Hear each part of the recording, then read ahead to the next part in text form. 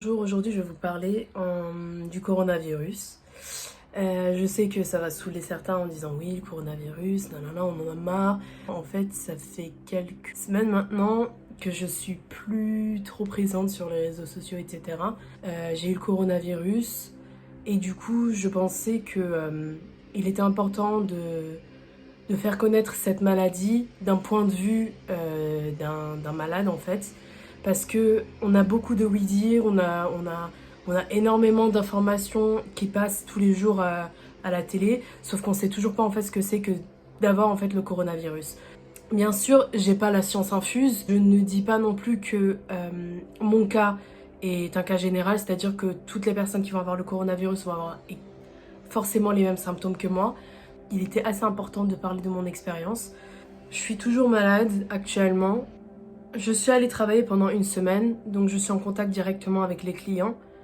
En tout cas, je l'ai attrapé de cette manière-là parce que, à part ça, je ne vois pas comment j'aurais pu l'attraper parce que je ne suis pas sortie, donc j'étais à la maison toute la journée. J'étais avec mon copain. Au milieu de la nuit, il a commencé à avoir de très très fortes douleurs, c'est-à-dire au mal au cœur, des problèmes respiratoires, etc. Il avait énormément de fièvre. On est allé à Poissy.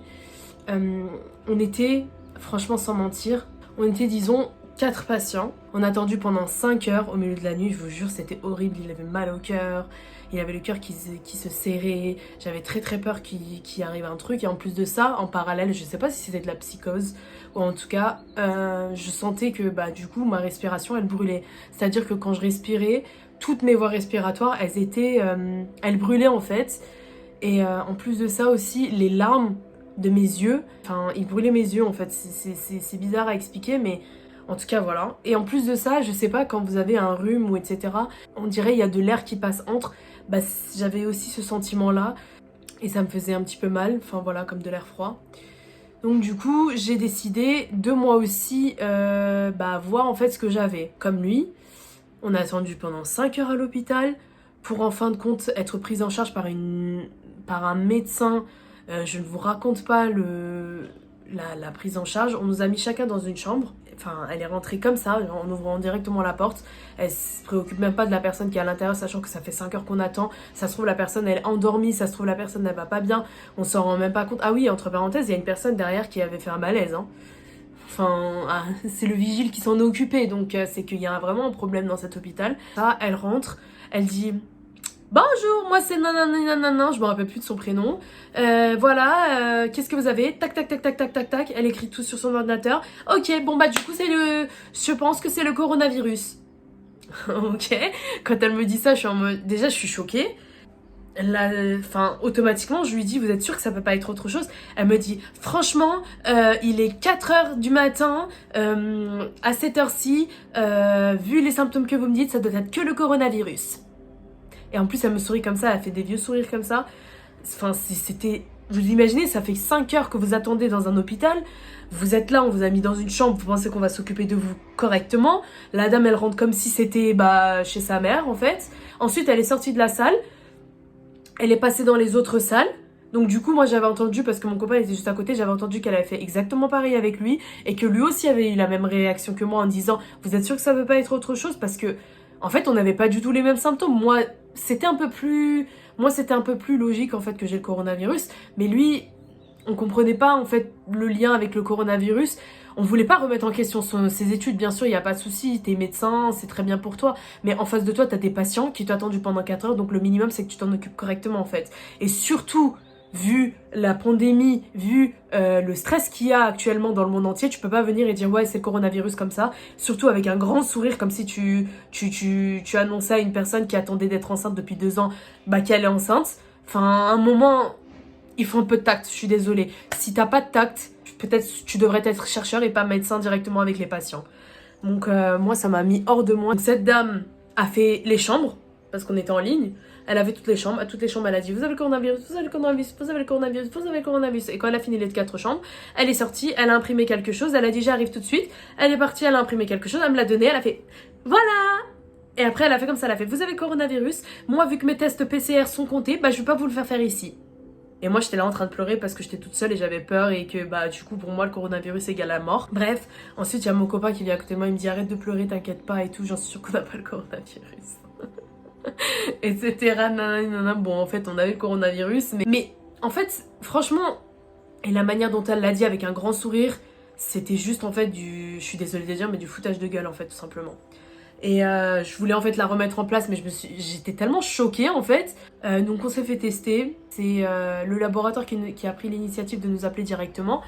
Donc elle nous a appelé, elle nous a dit que vous étiez testé positif. J'ai dit ok. Elle nous a dit de nous isoler et qu'elle allait prévenir du coup l'assurance maladie pour qu'ils prennent contact avec nous.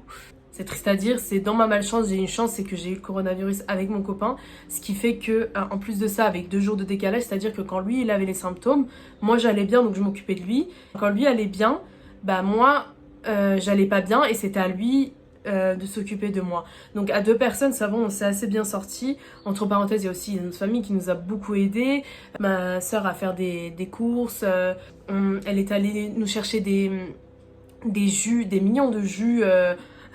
petits flacons comme ça de jus frais. Dans chacun d'entre eux il y avait du gingembre, c'était dégueulasse. Ah oui, parce que nous on n'a pas perdu le goût et l'odorat au début, on l'a perdu à la fin. Je vous explique un peu donc du coup les symptômes. Je suis passée de plusieurs captes. Dans un premier temps c'était bah, du coup les voies respiratoires qui brûlaient, avec bah, les yeux aussi qui brûlaient à cause des larmes.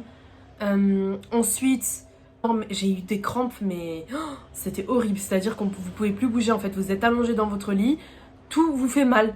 Votre peau est tellement fragile. On dirait que si on vous touche juste un petit bout, ça vous fait très très mal. Donc j'avais énormément de courbatures, énormément de crampes. J'avais extrêmement froid. Ensuite, c'est passé à la gorge. Alors, c'est comme une angine. Voilà. Ça faisait extrêmement mal, c'est-à-dire à chaque fois que je déglutissais pour quoi que ce soit, et comme par hasard, bon après c'est normal, quand vous êtes malade et que vous avez du coup mal à la gorge, bah vous avez beaucoup plus de salive, bah en fait je pense que c'est un mécanisme naturel pour pouvoir se défendre. Tellement mal que j'arrivais même pas à parler, qu'à un moment j'ai pleuré, j'en pouvais plus. Quand je buvais juste du gingembre, ça me brûlait toute la gorge tellement c'était infecté. C'était vraiment horrible. En plus de ça, j'avais les crampes, j'en pouvais plus en fait, mon corps n'en pouvait plus. Et mon cœur, toute une table basse remplie de médicaments, et encore c'était pas fini. En fait, on teste. C'est-à-dire qu'il n'y a pas de médicaments à proprement dit pour le coronavirus. Ensuite, on peut pas prendre la molécule de l'ibuprofène, ce qui marche normalement avec mon corps. C'est pas du tout les Doliprane qui vont m'aider à ne plus avoir mal. Du coup, on est là, on prend toutes les minutes des Doliprane. À un moment, j'en pouvais plus la nuit. Donc du coup, ce que j'ai fait, c'est que bah, en pleurs, j'étais vraiment en train de pleurer. Mon copain, il était en stress, il savait plus quoi faire et tout. J'ai commencé à pleurer, en pleurant j'ai dit non je peux plus et tout, et j'ai commencé à ouvrir mon ordinateur, j'ai dit télé, parce qu'en fait j'avais oublié le mot lorsqu'on appelle les médecins à la maison, et du coup j'ai tapé médecin à la maison et je suis tombée sur une plateforme qui s'appelle Care, et j'ai vraiment pas envie de faire de la pub, mais franchement c'est ce qui m'a sauvé la vie, donc je pense que ça vaut le coup d'en parler. Avec les larmes aux yeux, je cherchais le prochain médecin, je faisais même pas attention à qui c'était, que c'était une femme, que c'était un homme, où est-ce qu'il se situait, à Paris, etc. J'en avais absolument rien à faire. Je cherchais juste le prochain créneau qui était disponible. Donc je l'ai trouvé, il était à peu près 40 et le rendez-vous il était à 45, je l'ai directement pris.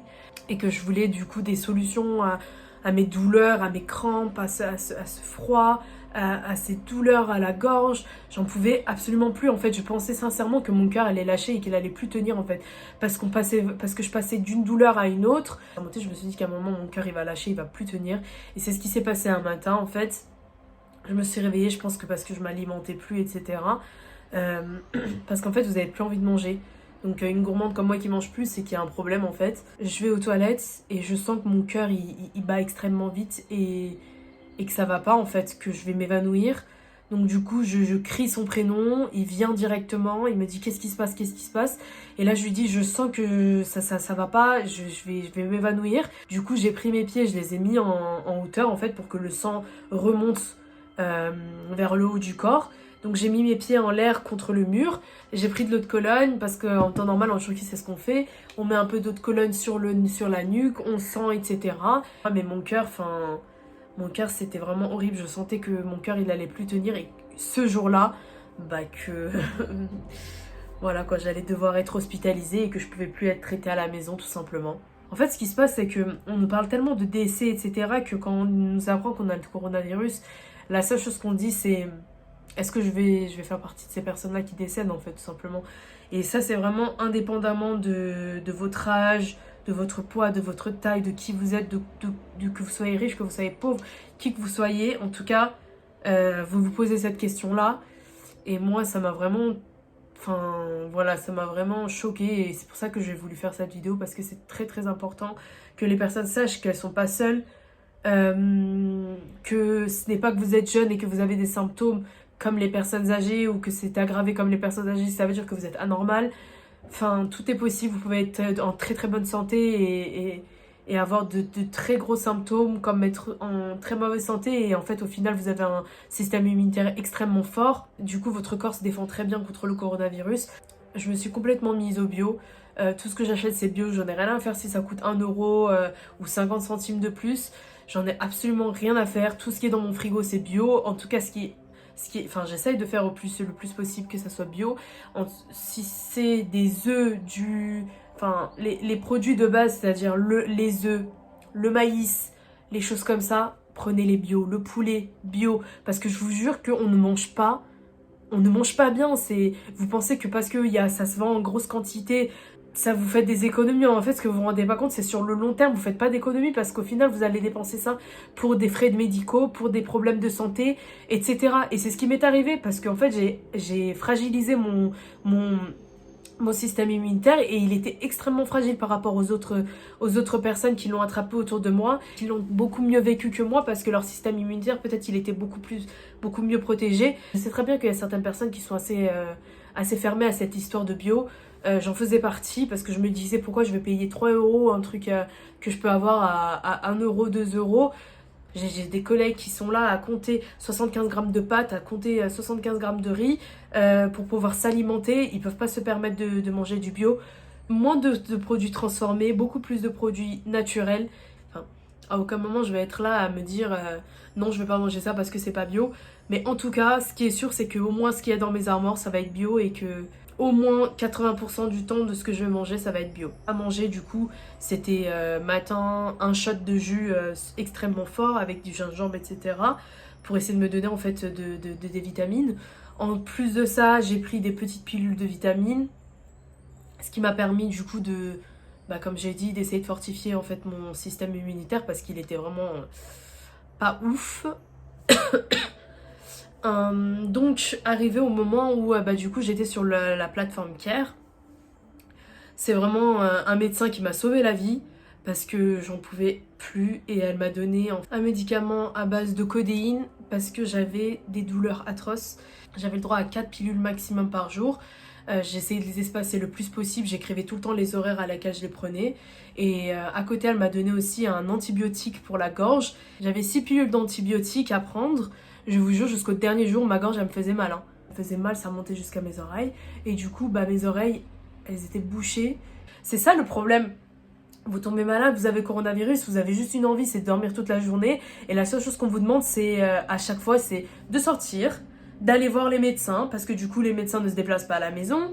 Les visios, c'est cool un moment, mais à un moment, il faut quand même qu'on vérifie ce qui se passe à l'intérieur. Heureusement aussi que j'ai une famille qui nous soutient. Parce que du coup ma soeur elle est venue jusqu'à chez moi, elle m'a déposé les choses, je lui ai parlé par la fenêtre, elle était trop mignonne.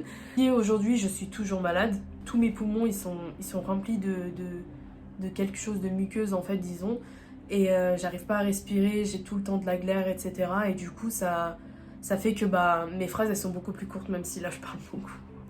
Parce que j'ai pris un médicament qu'un médecin m'a prescrit encore.